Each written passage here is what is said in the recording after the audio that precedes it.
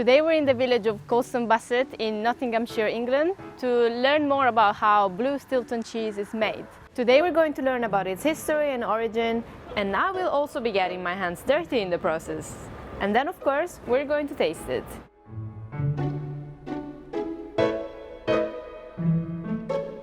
This cheese can only be made in 6 dairies, which are spread across 3 counties here in England, which are Nottinghamshire, Leicestershire and Derbyshire. And today we're going to visit Colston Bassett Dairy, which is one of the 6 dairies making Stilton cheese.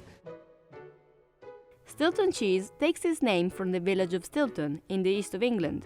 The earliest reports of cheese made and sold here date to the 17th century. In 1724, English writer Daniel Defoe referred to the town being famous for cheese, calling the product the English Parmesan. What contributed to its popularity was that Stilton was relatively close to London, only 70 miles away. The town was on the Great North Road. Built by the Romans, this road was the only link between London and Edinburgh before modern motorways took over. The road passed through villages and market towns filled with coach and inns. One of these was the Bell Inn, where a lady named Frances Powlett sold her cheese to travellers, and the word of her Stilton cheese quickly started to travel with them.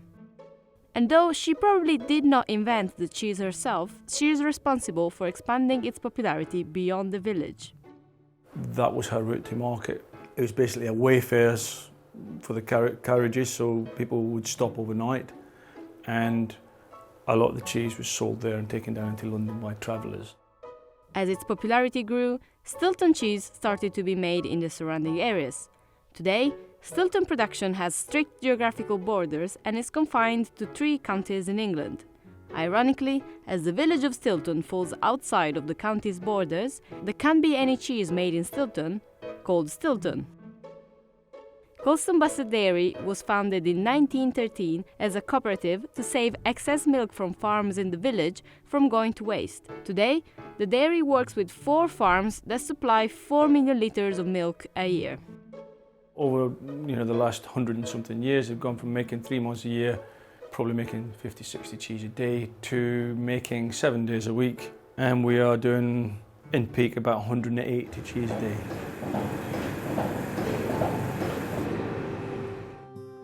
The farms send the milk to the dairy, where it is pasteurized. What we do is we take the milk, we add a blue mold culture,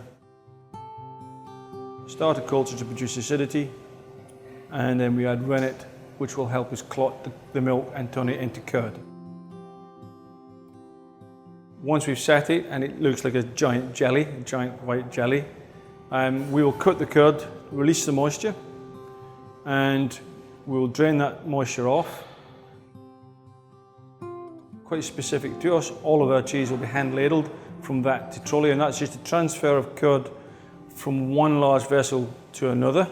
That will give us moisture release without losing too many fatty proteins to whey. Mechanised processes, large-scale business, people who are transferring large volumes can and do lose fatty proteins to whey. We do, but just less because we're doing it by hand.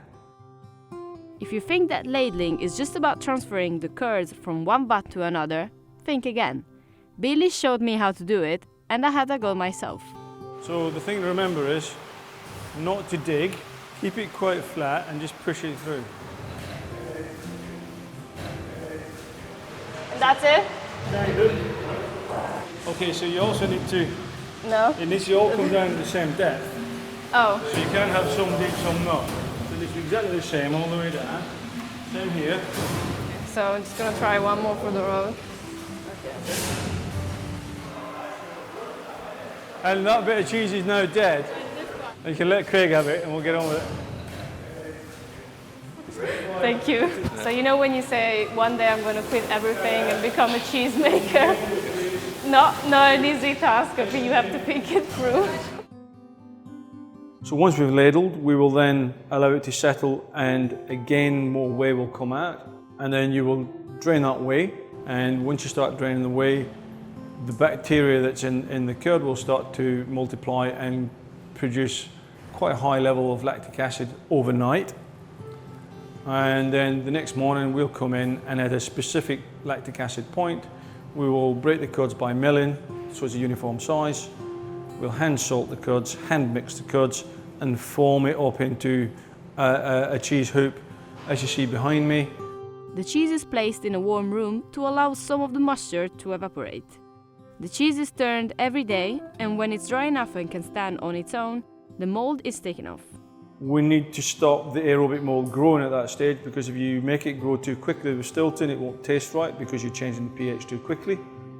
So we will take a knife and we will actually rub the outside of the cheese, and by rubbing the outside of the cheese, we create a barrier so no oxygen can get inside, and we stop the mold growth at that, or the blue mold growth at that particular stage of production. Then the wheels are turned every day. When they're 5 or 6 weeks old, they are pierced to allow oxygen in, which will activate the blue mold and produce the Stilton's characteristic blue veins. Then the cheese matures for another 5 weeks.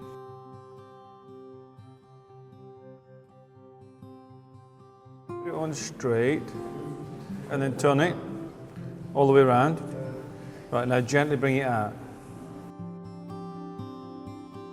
So this one is almost ready, yeah? Almost, not quite. I mean, the other end might not be quite so firm because they don't mature in uniform.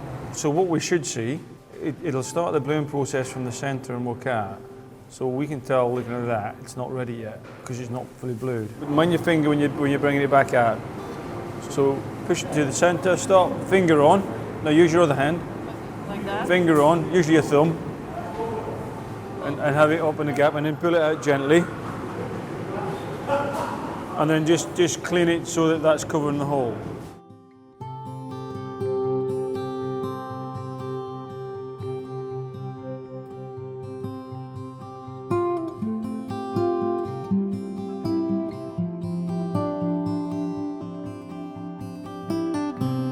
We've got a slice of freshly cut Stilton, so I'm so excited to give this a try. First thing that I want to point out about this is that it's not that smelly. You know how blue cheeses have this reputation for being so smelly. It's actually alright. Oh, it's so good. It just disappeared. It just melted like that. The texture is nice and crumbly. Even if this is some sort of hard cheese, so it's not that creamy, it actually is on your palate. It has some like sweet hints at the beginning when you first taste it, and then you're left with a bit of salty aftertaste, which is incredible. I mean, you know, you get 2 different flavors in one bite. It's so good. I'm gonna have another one. The sweetness of the blue veins, so good. And also if you get a mini piece without the blue, that in itself, it's marvelous. And again, the texture is incredible, so crumbly. And it's something that I haven't had with other blue cheeses. They are kind of gummy. This one is so nice, melts in your mouth, incredible. Stilton is a registered trademark by the Stilton Cheesemakers Association, which was founded in 1936. The trademark protects the cheese in countries including the US, Canada, and Japan.